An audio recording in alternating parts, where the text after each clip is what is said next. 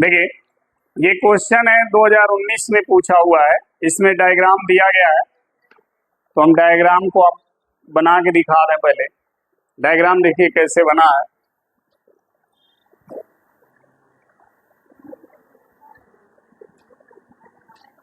ये पूछा हुआ क्वेश्चन है 1 नंबर में।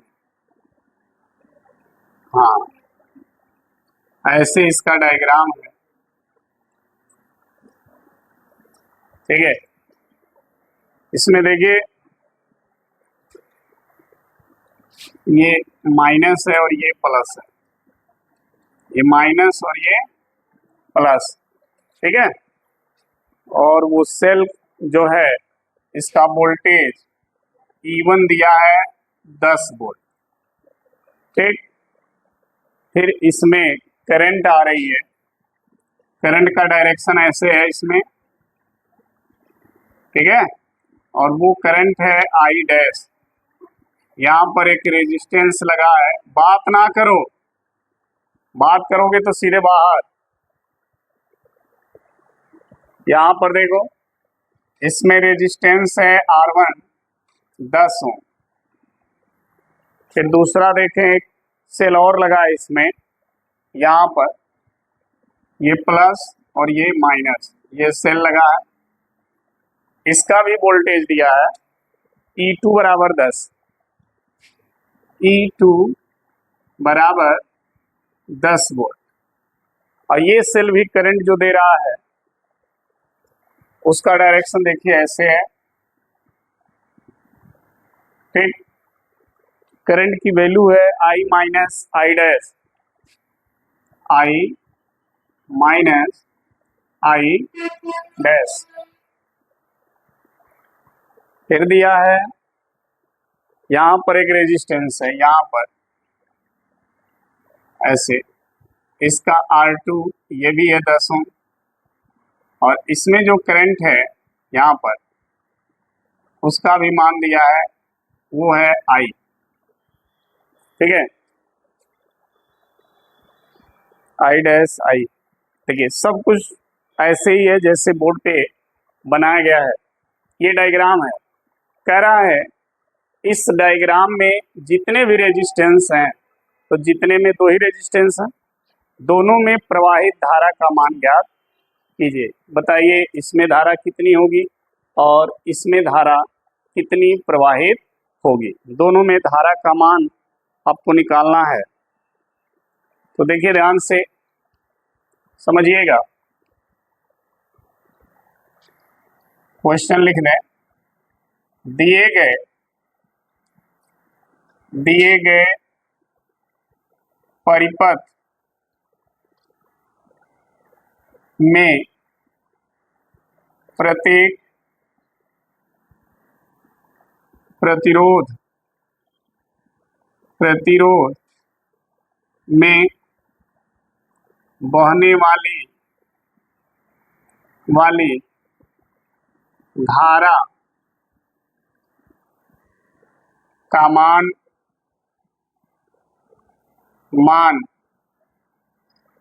ज्ञात कीजिए। धारा का मान निकालना है प्रत्येक प्रतिरोध में, ठीक है। अब यहाँ समझिएगा ध्यान से, अगर नहीं ध्यान लगाएंगे तो फिर आपको समझ में भी ये नहीं आएगा।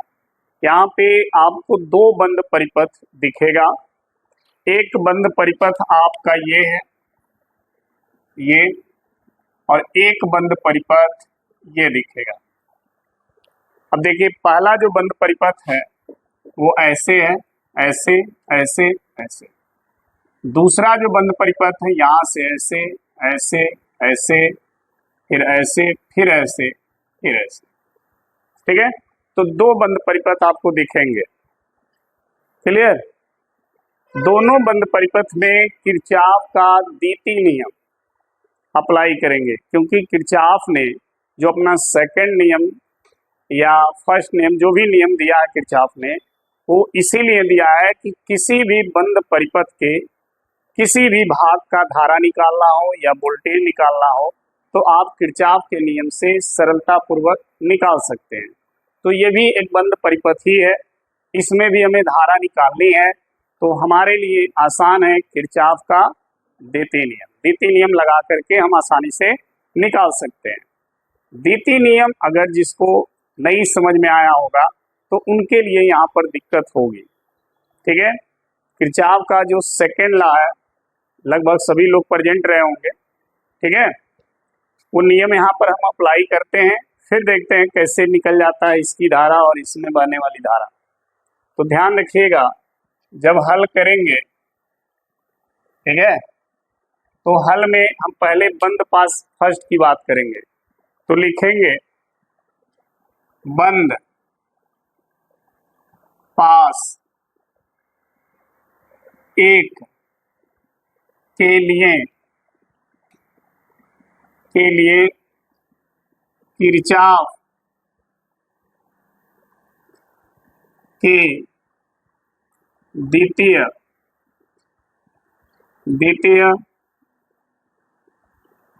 नियम से, ठीक है। जो बंद पास फर्स्ट है उसके लिए किरचॉफ का द्वितीय नियम लगाएंगे। अब द्वितीय नियम क्या है? द्वितीय नियम ये कहता है कि आप बंद परिपथ में किसी एक दिशा में अपने को चलते हुए दिखाइए, ठीक है। अगर जिस प्रतिरोध में धारा आपके चलने की दिशा में बह रही है तो उस प्रतिरोध का वोल्टेज पॉजिटिव, अगर उल्टा बह रही है तो, और सेल में अगर आप सेल में धन से ऋण की ओर जा रहे हैं तो वोल्टेज सेल का पॉजिटिव, अगर ऋण से धन की ओर जा रहे हैं तो सेल का वोल्टेज नेगेटिव हो जाएगा, ठीक है। तो ध्यान दीजिएगा, हम यहाँ पर आपसे कहें कि आप अपने आप को यहाँ मान लो, ठीक है, इस दिशा में आप चलो। तो जब आप इस दिशा में चलोगे तो पहले आपको सेल मिलेगा, और सेल में आप देखो निगेटिव से पॉजिटिव जा रहे हो, निगेटिव से, तो सेल का वोल्टेज नेगेटिव या पॉजिटिव, नेगेटिव होगा। तो सेल का जो वोल्टेज है 10 वोल्ट, वो लिखेंगे -10 वोल्ट। समझ में आ गई बात? अब आप ऐसे आगे बढ़ोगे, फिर इधर मुड़ोगे इधर, तो इसमें धारा क्या आ रही है, फिर इधर जाओगे आप तो इसका वोल्टेज पॉजिटिव या निगेटिव, पॉजिटिव होगा, क्योंकि आप ऐसे आ रहे हो, धारा भी ऐसे ही आ रही है, यानी धारा आपके चलने की दिशा में है, तो प्रतिरोध का वोल्टेज पॉजिटिव होगा, और होगा कितना, +10I डैश, यही होगा। और कुल वोल्टेज क्या होता है, 0। किरचॉफ का नियम यही कहता है कि बंद परिपथ का कुल वोल्टेज 0 होता है, तो 0 हो जाएगा। अब देखिए 10 को उधर भेज दीजिए, तो ये आ गया 10I डैश बराबर 10 से 10 कट जाएगा, तो I डैश का मान 1 एम्पियर, यानी जो R1 प्रतिरोध है उसमें बहने वाली धारा कितनी, 1 एम्पियर। निकल गया, यहाँ लिख देंगे R1 प्रतिरोध में बहने वाली धारा, ठीक है, I डैश बराबर 1 हो गया। अब आइए दूसरे बंद पाथ में, ठीक है, तो फिर यहां लिखेंगे बंद पास, इसे बंद लूप भी कह सकते हैं, बंद परिपथ भी कह सकते हैं, ध्यान रखिएगा। बंद पास सेकंड के लिए किरचॉफ के द्वितीय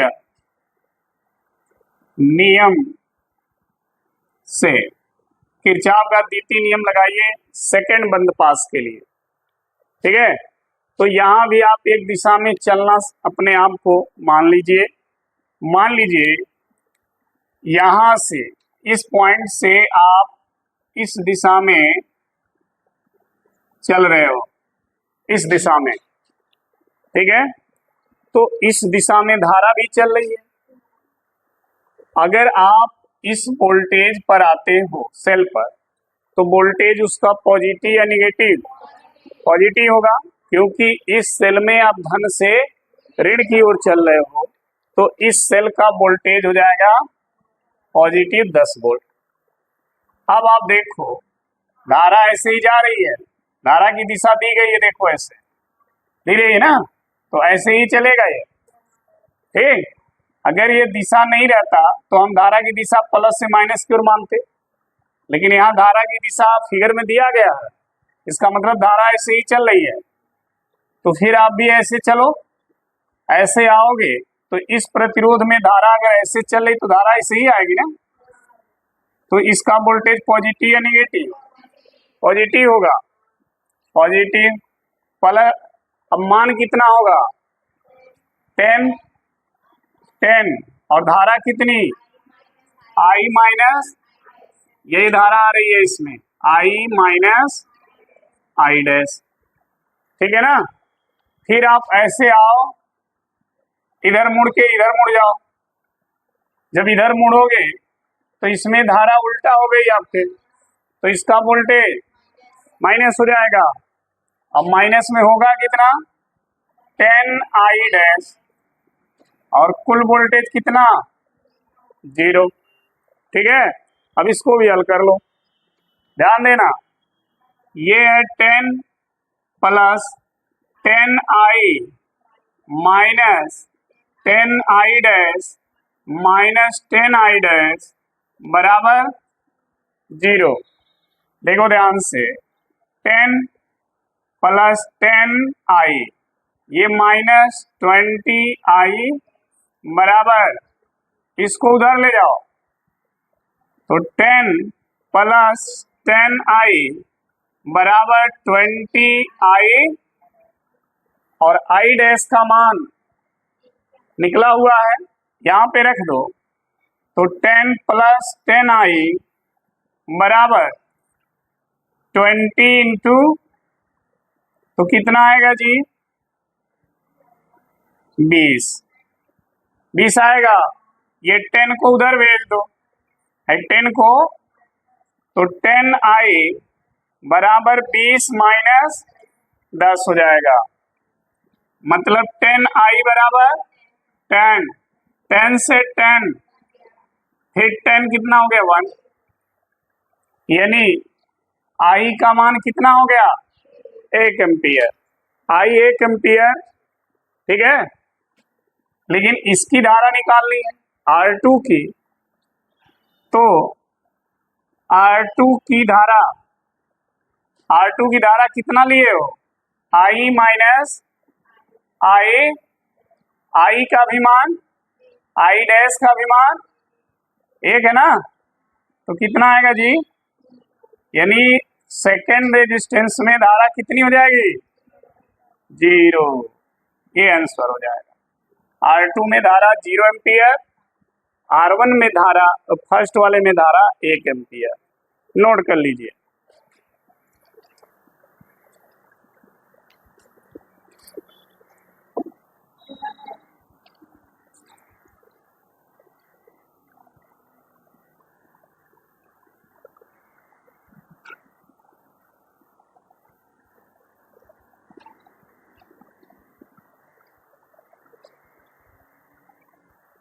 देखिए, इसमें क्वेश्चन और दिया गया है, 2018 में पूछा हुआ है, लिखा है दिए गए वैद्युत परिपथ में ए तथा बी के बीच विभवांतर की गणना कीजिए। विभवांतर की गणना करनी है। क्वेश्चन है, दिए गए परिपथ में ए और बी के बीच विभवांतर की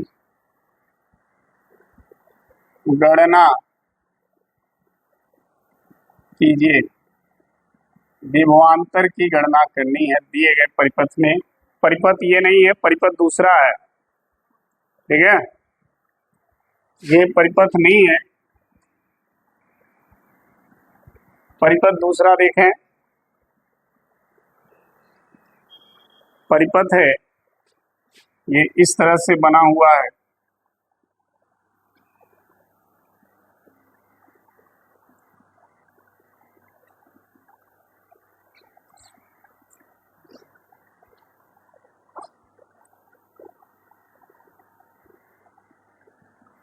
ये सेल है और यहाँ पर रेजिस्टेंस लगे हुए हैं,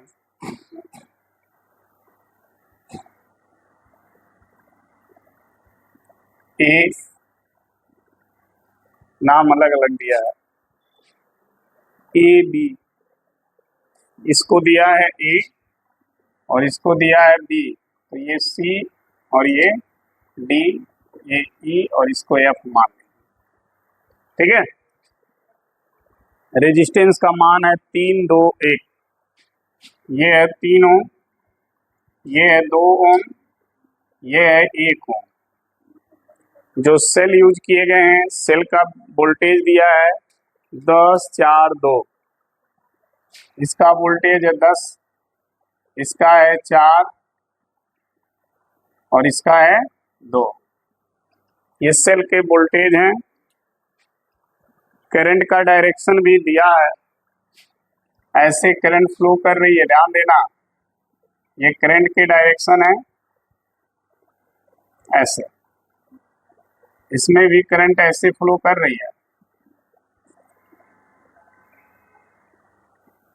और इसमें भी,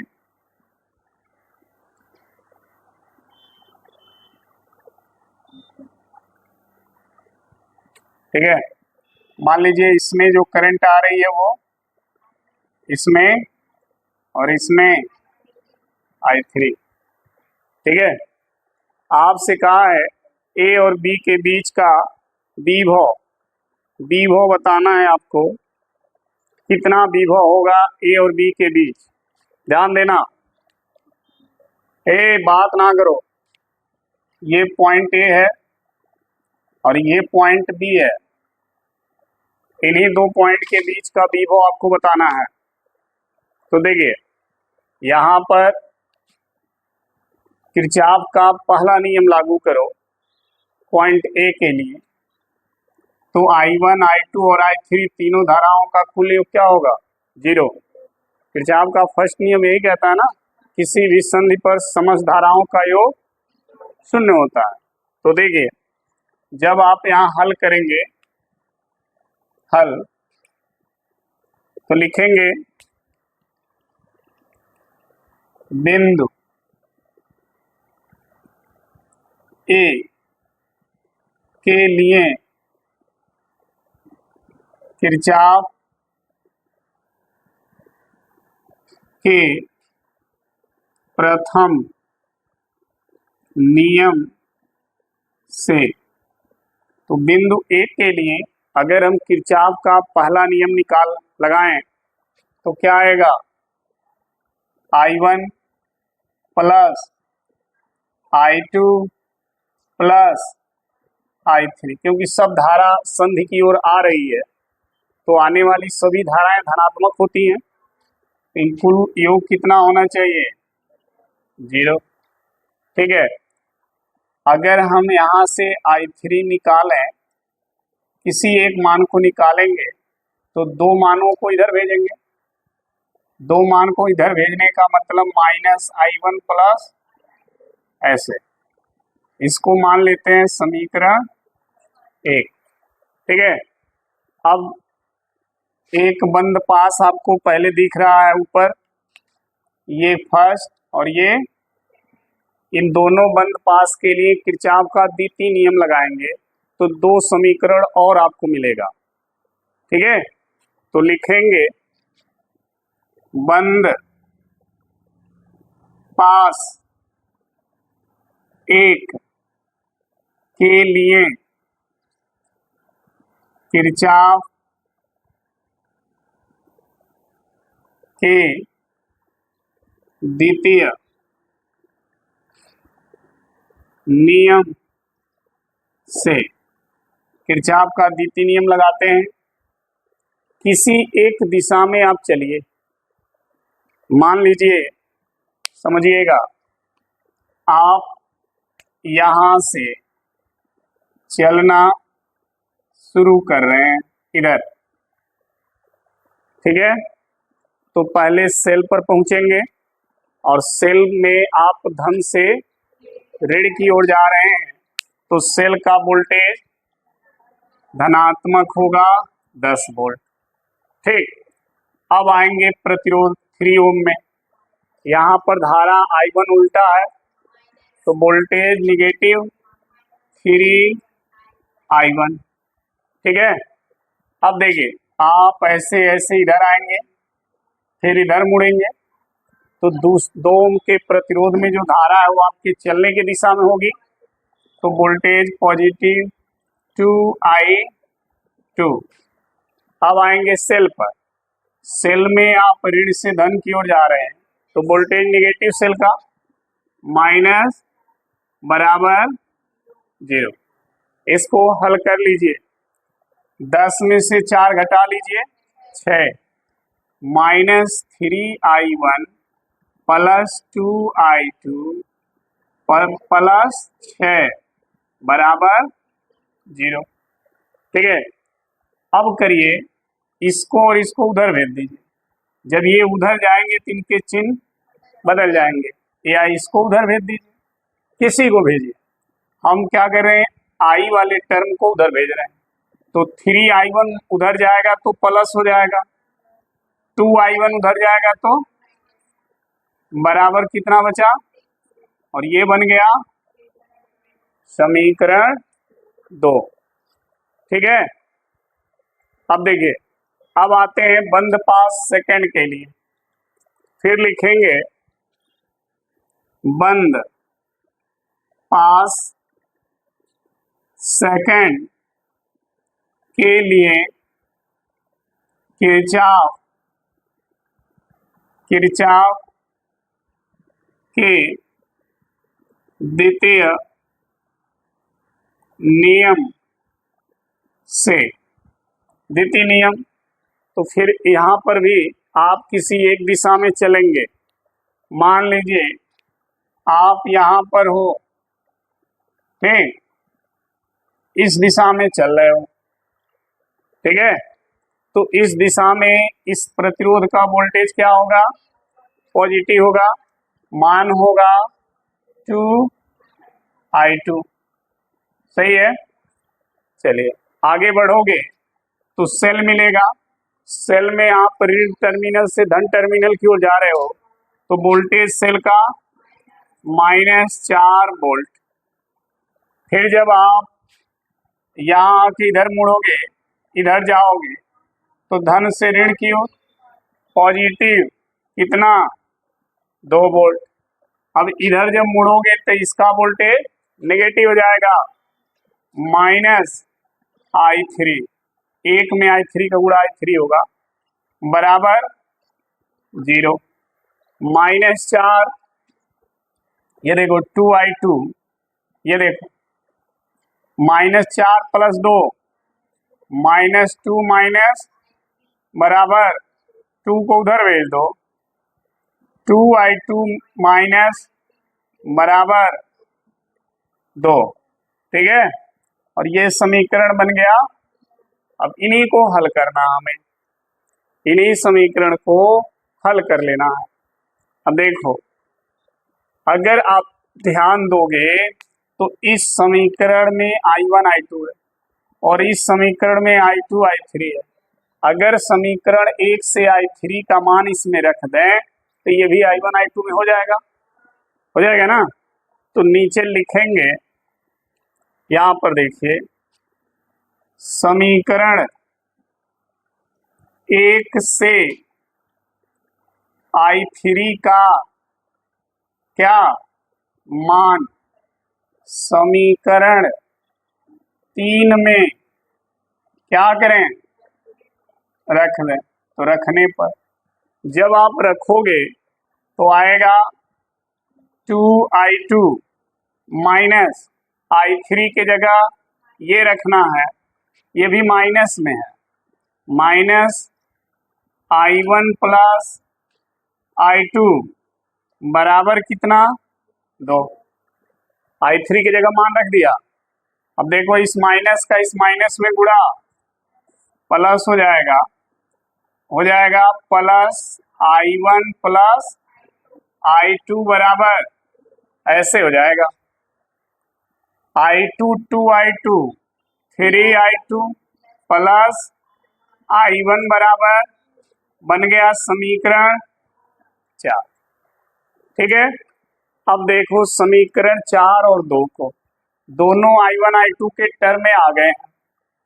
अब देखना ये है कि अगर हम समीकरण 2 में 3 से गुणा कर दें तो 6 हो जाएगा, और इसमें 2 से गुणा कर दें तो ये 6 हो जाएगा। I2 के टर्म बराबर कर रहे हैं।